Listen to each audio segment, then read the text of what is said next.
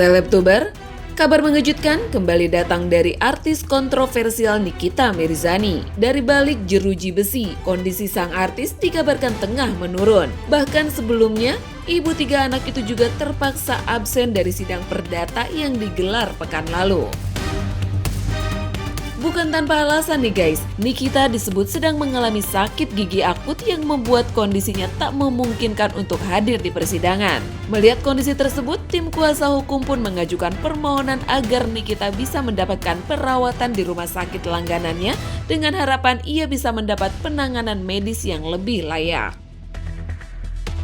Pengacara Nikita juga mengungkapkan bahwa berat badan Nikita turun secara drastis dan terlihat lebih kurus. Rupanya, selain sakit gigi, Nikita juga mengalami sakit pada bagian payudara. Tak hanya itu pula nih guys, ia juga disebut sempat digigit kalajengking. Tak ayal nih guys, serangkaian kondisi itu membuat fisiknya semakin drop di tengah situasi hukum yang sedang ia jalani.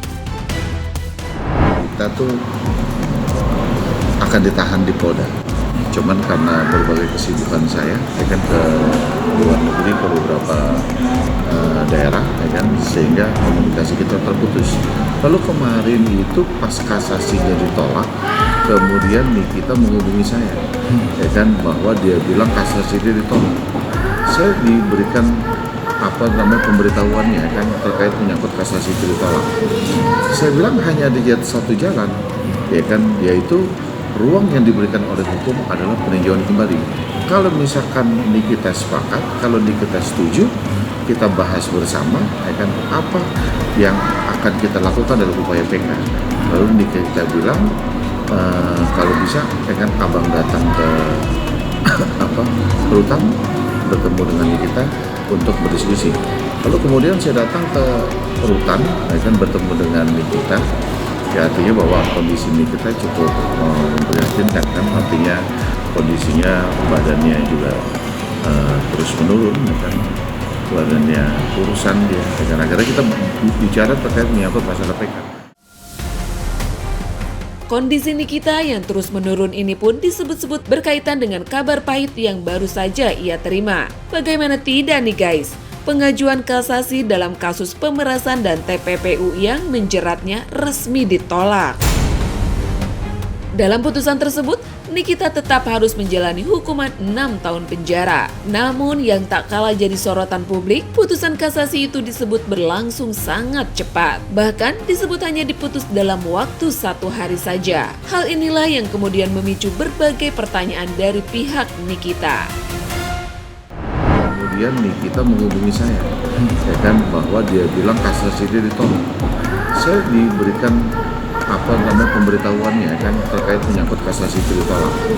Niki itu protes kemarin, kenapa dia punya berkas tanggal sekian masuk 1 hari kemudian diputus gitu loh.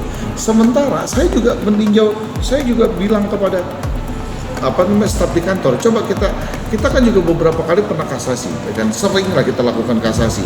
Biasanya putusan kasasi itu memakan waktu paling cepat 9 hari sampai 12 hari. Nah, kan 9 hari sampai 12 hari kita coba lihat lagi, review lagi, kan, perkara-perkara yang pernah kantor kita tangani dari kasasi itu kita lihat, kan, bahwa kan ternyata putusan itu memakan waktu 9 sampai 12 hari. Kan, itu paling tercepat. Tapi kenapa putusan Niki itu hari ini dimusyawarahkan, besok diputuskan, nantinya selesai 1 hari itu dalam 1 hari. Inilah yang Niki protes. Di tengah situasi tersebut, melalui akun Instagramnya, Nikita Mirzani menuliskan surat terbuka yang ditujukan kepada Presiden Prabowo Subianto. Dalam tulisannya, ia memohon agar sang presiden berkenan meninjau kembali rasa keadilan dalam penegakan hukum di Indonesia. Nikita pun membandingkan kasus yang menjerat dirinya dengan sejumlah perkara lain. Salah satunya kasus pembunuhan Ronald Tanur yang divonis 5 tahun penjara. Padahal menurutnya, hukuman untuk kasus pembunuhan seharusnya bisa mencapai 20 tahun penjara. Tak berhenti sampai di situ nih guys. Ia juga menyinggung kasus korupsi yang dilakukan Luhur Budi Jatmiko yang disebut merugikan negara hingga 348 miliar, namun hanya divonis 2 tahun penjara. Sementara dirinya dan Mail yang menurutnya tidak merugikan negara sepeser pun justru harus menerima hukuman 6 tahun penjara. Dalam tulisannya, Nikita juga menegaskan bahwa dirinya hanyalah seorang ibu tunggal yang harus menghidupi 3 anaknya. Ia pun mempertanyakan di mana letak keadilan jika sebuah suara justru dihukum lebih berat dibanding pencurian uang negara.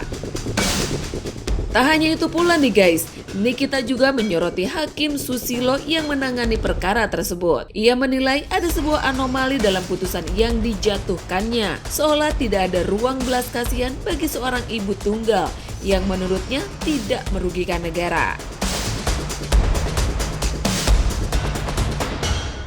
Surat terbuka Nikita ini pun langsung memancing beragam reaksi netizen. Banyak yang prihatin dan memberi dukungan untuk artis yang dijuluki wanita Amazon itu. Sementara kuasa hukum Nikita kembali menyoroti kejanggalan kasus yang dihadapi sang artis. Menurutnya, Nikita tidak pernah meminta ataupun memaksa Reza Gladys untuk memberikan sejumlah uang yang kini diperkarakan. Ia menilai ada kesepakatan bisnis antara Nikita dan Reza Gladys sehingga tidak ada unsur pemerasan.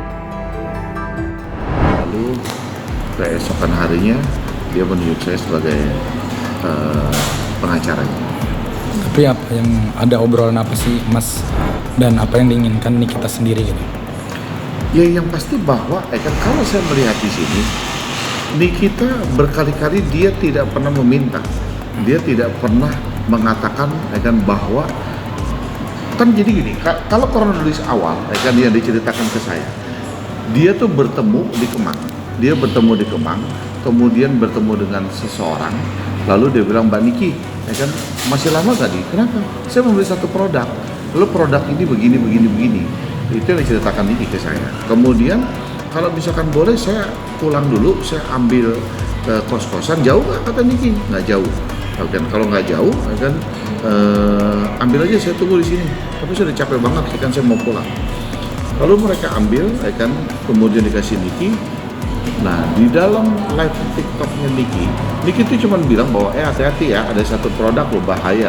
Kan produknya begini-begini. Dia tidak pernah menyebutkan seseorang. Nah kemudian orang itulah yang langsung dia aktif menghubungi kan orangnya Niki. Pertama dia menghubungi Dr. Oki, bisa nggak dikenalin katanya ke Niki. Lalu Niki bilang, Dok, gue nggak mau kalau misalkan bicara produk itu. Lu tahu sendiri gue nggak mau, gue sih gaspol aja terkait masalah itu. Lalu kan karena Dr. Oki tidak mampu berbicara dengan Niki, lalu Dr. Oki bilang ke orang ini ada orang dekatnya namanya Mail. Kalau mau coba lu bilang aja ke Mail, karena Mail orang yang paling melekat di situ. Nah berkali-kali disampaikan ke orang ini kepada Niki bahwa dia ingin Niki memperbaiki produknya, lalu Niki ikut menjual produknya. Artinya kalau saya lihat di sini, berarti kan ada kesepakatan bisnis yang ditawarkan kepada Niki, gitu loh. Ada kesepakatan bisnis. Nah, ketika ada kesepakatan bisnis, Niki bilang, oke deh katanya kalau memang lu setuju, tapi dengan syarat perbaiki ya produknya, kata Niki, perbaiki produknya. Kalau sudah diperbaiki, gue mau jualin, gitu loh. Kalau gue mau jualin, nah mereka sepakat dengan angka itu. Berarti ada timbul pembicaraan yang dimulai dari mereka, lalu ditiktokan kepada Niki. Hasilnya apa? Sepakat. Ya kan? Sepakat berarti kesepakatan bisnis. Nah, hal-hal inilah kenapa ini menjadi diabaikan oleh majelis gitu loh. Hal-hal ini kan bahwa ini adalah murni kesepakatan bisnis. Kenapa timbulnya jadi pemerasan gitu loh. Jadi kenapa timbulnya jadi pemerasan?